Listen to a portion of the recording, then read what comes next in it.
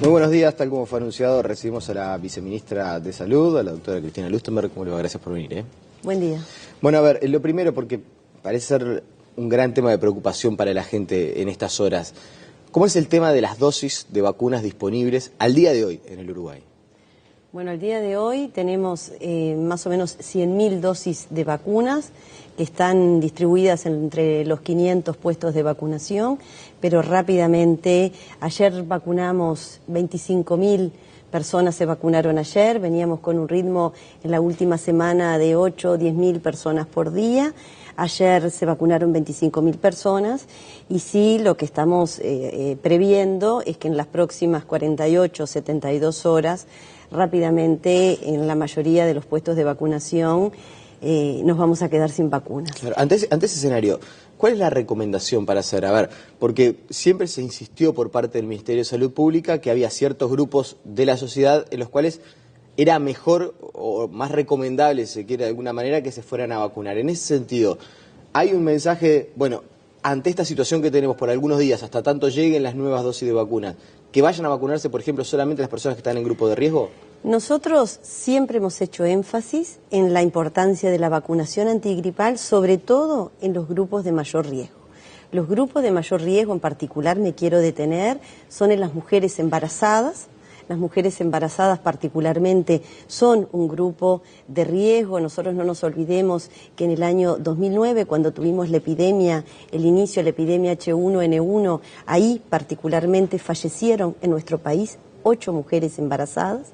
De los 50 pacientes que hoy están graves con insuficiencia respiratoria aguda grave, 2 pacientes son mujeres embarazadas, o sea, el grupo de riesgo para nosotros de los mayores a priorizar y a recomendar, sin generar una alarma, pero dar información de que es en la situación del embarazo una situación donde hay que estar con mayor precaución por la posibilidad de que una infección respiratoria por H1N1 evolucione a una forma de gravedad, es el grupo de las mujeres embarazadas. Otro grupo para nosotros priorizar son los niños entre 6 meses y 5 años, los adultos mayores, más de 65 años, los pacientes que tienen enfermedades crónicas de fondo, como puede ser un paciente diabético, sobre todo los pacientes que tienen enfermedades pulmonares obstructivas crónicas, los pacientes que tienen una obesidad mórbida.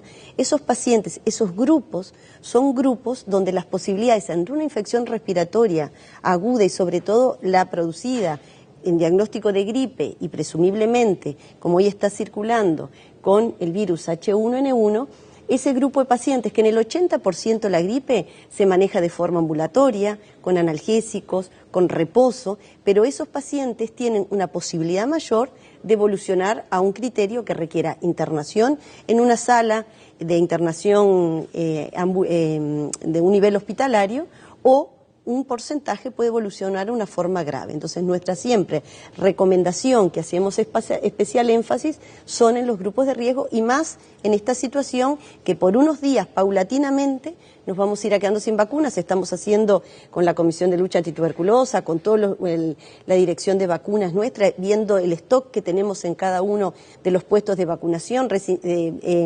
redireccionando lugares donde pueda haber vacunas a lugares donde hay alta demanda y demanda por parte de la población y redireccionando, pero sí vamos presumiblemente que en los últimos días nos vamos a quedar de vacunas. Sí, ya hemos dicho públicamente que nosotros como Ministerio de Salud Pública, con acuerdo con Presidencia de la República, con el Ministerio de Economía y Finanzas, ya estamos emitiendo la orden de compra para que en los próximos 10-15 días tengamos 100.000 dosis más. Claro. Para que la gente sepa, por ejemplo, cuáles son las condiciones para ir a vacunarse, porque mucha gente llama y pregunta, por ejemplo, si yo soy de una determinada mutualista, ¿tengo que ir sí o sí a vacunarme a esa? ¿Puede llegar a ir a otra? ¿Cómo es el trámite en ese sentido? No hay ningún trámite. Algo que no hay burocracias en las vacunas. O sea, las vacunas, hay 500 puestos en nuestro país, son gratuitos y no importa el lugar donde yo soy socio, en el lugar donde me atienda.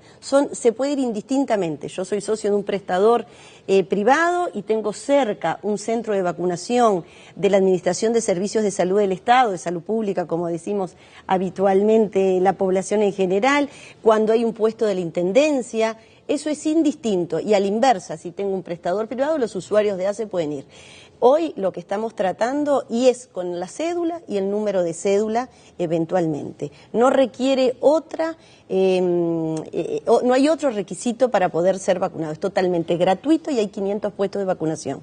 Es verdad que nosotros ahora estamos haciendo un relevamiento bastante, en algunos lugares tenemos dificultades, los horarios de atención a veces no son adecuados a las características que tiene la población. Nosotros estamos identificando departamento por departamento los puestos de vacunación, los horarios de atención, quién tiene stock de vacunas, quién no. Estamos vigilando porque sabemos que ante una necesidad que el Ministerio está haciendo una recomendación clara de vacunar, nuestra responsabilidad es facilitar el acceso. ¿Y existe un lugar donde se pueda consultar previamente? Mira, ayer justo llamaba a alguien aquí a la redacción de Telenoche y hablaba con él y me decía, soy un enfermo de POC y realmente recorrí 5 lugares de vacunación y no encontré dónde vacunarme. Me decía el televidente, me gasté 500 pesos en taxi, realmente no me pude vacunar. Entonces, bueno, quería saber si podía acceder a algún lugar de información para previo, antes de salir de su casa, saber si puede ir a directamente. Estamos en una situación, nosotros tenemos publicado en la página web los 500 puestos de vacunación, pero convengamos que en las últimas 48 horas se nos terminan las vacunas en un lado, todavía no tenemos la capacidad de decir, acá no, este puesto no está funcionando, está en el otro, en eso estamos en dificultades. En las últimas 48 horas, ante la notificación por parte nuestra de lamentar el fallecimiento de 4 pacientes, en la última semana nosotros estar haciendo énfasis en la importancia que tiene la vacunación como una medida preventiva ante un inicio muy adelantado estacionalmente de una virosis que se nos ha adelantado en tiempo, acompañando un frío muy intenso que tenemos instaurado en el país hace un mes, ante una región que viene también con una prevalencia de infecciones respiratorias, sobre todo por gripe y H1N1. En Brasil hay más de 500 fallecidos. Argentina viene notificando fallecidos más de 40 en los últimos 7 días. Ante eso, nosotros, al hacer la comunicación y hacer mayor énfasis, la población ha tomado conciencia, entonces rápidamente nos ha pasado de que falta en un lado el acceso, estamos haciéndolo y somos conscientes, pero por eso le decimos a la ciudadanía que en estos días se nos están terminando las vacunas, hay puestos que funcionan de 8 a 20, hay de prestadores, pero todavía no tenemos la capacidad de los 500 puestos estar dando una información clara en tiempo real. Hablando del tema de la conciencia, ¿es verdad que, nos mencionaba usted al pasar los grupos de riesgo, en particular embarazadas y niños, hay preocupación en el Ministerio porque son de los grupos que quizás menos se vacunan, cuando en realidad deberían ser los que más deberían concurrir? Sí, nosotros... ¿Por qué pasa eso? Y bueno, la vacunación antigripal es una vacuna que no es obligatoria, es recomendada en estas etapas de periodo estacional y bueno, siempre es una vacuna que la adhesión más grande la tuvimos después de la epidemia en el año 2009-2010 es cuando más vacunas se dieron. Es una vacuna que a veces nosotros no percibimos la gripe como una enfermedad que puede ser eventualmente grave. Nosotros nos resfriamos, tenemos tos, resfrío, hay más de 200 virus circulantes que nos pueden producir cuadros respiratorios como tos, resfrío, un poco de congestión nasal, algo de fiebre, malestar general. Hay muchos virus que ocasionan esos cuadros respiratorios. Ahora, cuando tenemos una gripe, y sobre todo una gripe donde se asocia H1N1, es un cuadro que da fiebre demasiado alta, donde genera malestar general, puede ocasionar mucho, es una enfermedad que por lo general no nos permite salir de nuestra casa. Entonces esa percepción y que va a evolucionar de una forma grave no la tenemos tan incorporada. A su vez nosotros estamos trabajando mucho con las sociedades científicas, la Sociedad Uruguaya de Pediatría ha acompañado esto de una manera muy clara, la Sociedad de Ginecobstetricia, de parteras, de medicina familiar, la Sociedad de Infectología, generando en el personal de salud una clara concientización cuando tomamos contacto con nuestros pacientes de indicar, y sobre todo en los grupos de riesgo, indicar la importancia que tiene como medida preventiva la vacunación antigripal. Y eso no estaba funcionando bien. Por parte de los pediatras no había quizás una recomendación tan firme a las embarazadas y a los niños. Exactamente, no quiero generalizar, yo soy pediatra de profesión, sí, por eso también así que lo tengo muy bien claro el rol que hemos tenido los pediatras acompañando a las familias y a los niños, pero estamos trabajando porque sí hemos sido conscientes de que quizás por parte, no mayoritariamente, no ha habido una indicación clara de la importancia que tiene para un niño entre 6 meses y 5 años tener las vacunas al día y sobre todo la vacunación antigripal en una etapa donde los niños se enferman muchísimo y donde, habiendo al alcance una medida de prevención en un grupo de riesgo, nosotros como médicos tenemos la responsabilidad de orientar a la vacunación. ¿Hay casos de personas internadas hoy en grave estado, en CTI, por cuadro de gripe? Sí, nosotros tenemos 355 pacientes internados en CTI por cualquier otra causa. De esos 355 en el relevamiento que teníamos hasta el miércoles, ahora a las 9 de la mañana vamos a tener otra reunión donde vamos a hacer un estado de los pacientes que tenemos al día de hoy. Teníamos 355 pacientes, de esos 355 en los CTI de adultos, 50 están con un diagnóstico de una infección respiratoria aguda grave. Eso quiere decir que están con soporte ventilatorio, están con soporte de medicación en un estado grave, en el cual más de entre un 70 y 80% están con diagnóstico de H1 de gripe por influenza A, H1N1. De ese porcentaje, o sea, de esos que están, de esos 50, tenemos 2 que son mujeres embarazadas, tenemos algunas características que con el equipo nuestro de seguimiento de infecciones intrahospitalarias del Ministerio de Salud Pública, donde se hace la vigilancia de cada uno, qué características tienen los pacientes que tenemos internados en cada uno de los CTI, nos llama la atención, hay un 20% de pacientes menores de un 10% menores pacientes 50 años y hay un 20% de pacientes que no tienen factores de riesgo porque para evolucionar de una forma tan grave ante una gripe H1N1. Eso es un factor al que quieren prestarle especial atención, ver si, quizás, no sé, se me ocurre, yo obviamente que estoy bastante alejado de la comunidad científica, pero si existe que hubo una mutación de la cepa, qué fue lo que pasó para que esté afectando a personas que en realidad no tienen factores de comorbilidad, así se dice, sí, asociados para eventualmente evolucionar de manera grave. Sí, por eso nosotros estamos haciendo una vigilancia, no podemos emitir, estamos en el inicio. Sí, lo que hacemos es una vigilancia diaria, pasamos desde el miércoles a hacer una vigilancia que teníamos en grupos centinelas, estábamos solamente haciendo este seguimiento en 7 CTI en los últimos años, porque 2013, 14, 15 hemos tenido un invierno que estacionalmente no tuvo las características que tiene ahora o como tuvo 2009, 2010, 2011. Eso nos permite ir a hacer un seguimiento diario de las características que tienen los pacientes que tenemos internados. ¿Los resultados que habían enviado a Buenos Aires ya están para confirmar todavía no si las personas fallecidas? Todavía no están los resultados que nos permita emitir una opinión. Sobre el final, nos quedan algunos minutos y quiero utilizar estos últimos minutos de la entrevista para eventualmente hacer un poco de ser didáctico, ¿no? Para que la gente que nos está mirando sepa cómo reaccionar, porque es lo que usted decía, muchas veces uno empieza a sentirse un poco mal, asocia un estado de no, y de repente quizás se dice, tomate un té con miel y limón, o tomate un antigripal. ¿Cuál es la recomendación? Lo que se debería hacer cuando uno empieza a sentir esos síntomas asociados a la gripe, dolor de cuerpo, tos, estornudos. Bueno, primera cosa, nosotros hacemos énfasis en 2 cosas.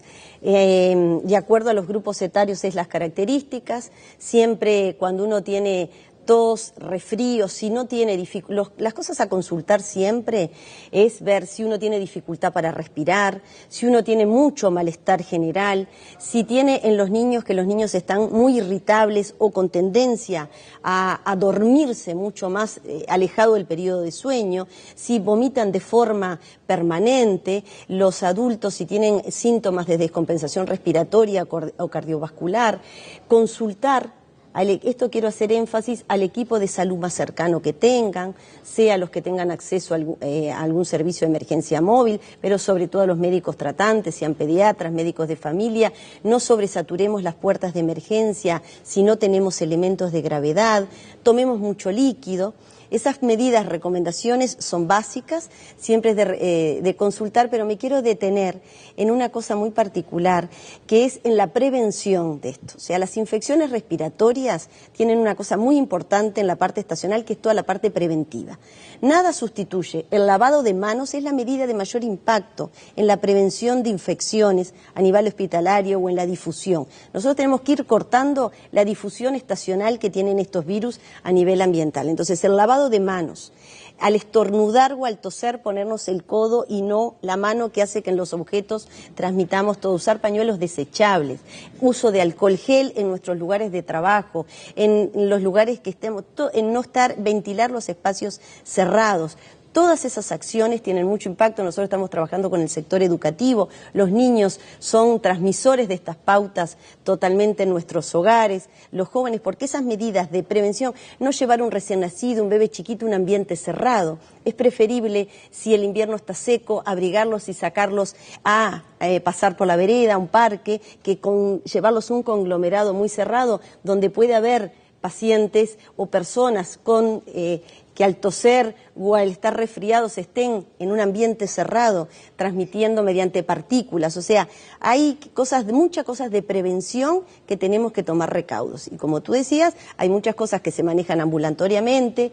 Cuando nosotros decimos a veces... ¿Es bueno el té con miel y limón, o no? Sí, es bueno, totalmente. Tomar mucho líquido, esas cosas que tienen desde forma cultural son muy buenas, pero siempre saber que cuando hay algún elemento de gravedad, consultar. Analgésicos, no recomendamos tomar el ácido acetil salicílico, en una marca comercial que es la que más conoce todo el mundo. La aspirina en estos casos, cuando pueden haber síntomas gripales, porque si tiene la gripe, en algunos casos puede tener una evolución. ¿Y los antigripales cruzada, que uno va y se toma y parece que se sintiera mejor? Bueno, ante eso siempre hay que tener la recomendación de un médico ante de tomar medicación que no sea un analgésico común. A eso sí hacemos énfasis en no automedicarse con alguna medicación que puede tener efectos secundarios. Usted decía especialmente las medidas de prevención y allí mencionaba algunos al pasar. La recomendación entonces es particularmente el tema del lavado de manos y de ventilar los ambientes. Eso Lavado es de manos, lo mejor. Alcohol gel, al estornudar y toser, la maniobra de ponernos el codo y no la mano, a no ser que tengamos un pañuelo para hacer esa primera acción. Y bueno, esas son las maniobras. Y cuando maniobras empiezan, por ejemplo, los síntomas, incluso acá en la redacción tenemos algunos casos, ¿hay que dejar de ir a trabajar?